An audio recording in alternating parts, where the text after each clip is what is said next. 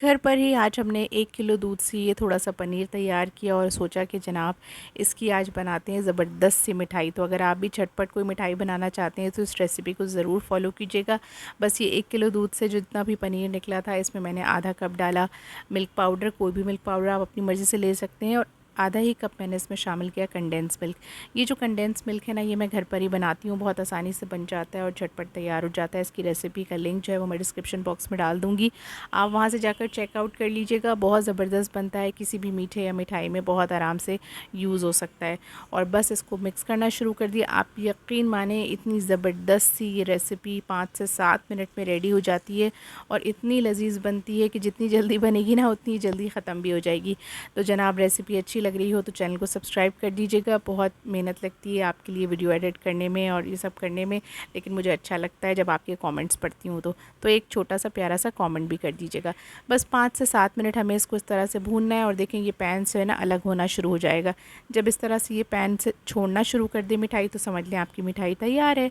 तो बस कोई भी टिन लीजिए अपनी मर्ज़ी का, उसको हल्के से घी से ग्रीस कर लीजिए और ये सारी की सारी मिठाई इसमें ट्रांसफ़र कर दीजिए। और जनाब चंद ही मिनटों में आपकी घरेलू मज़ेदार सी कम सामान के साथ कलाकंद बनकर तैयार हो जाएगी, जो कि आप बाज़ार से बहुत महंगे दामों लाते हैं और कुछ पता नहीं होता कि वो किस चीज़ से बनी है। तो घर की साफ़ सुथरी चीज़ों से हेल्दी तरीक़े से ये मिठाई बनाइए और अपने घर वालों को खिलाइए और उन्हें खुश कर दीजिए। किसी भी त्यौहार के मौके पे या अचानक से मेहमान आ जाएँ या वैसे ही आपको कभी मीठे की क्रेविंग हो रही हो तो ये एक ज़बरदस्त रेसिपी है जो कि बग़ैर किसी मेहनत के तैयार हो जाती है।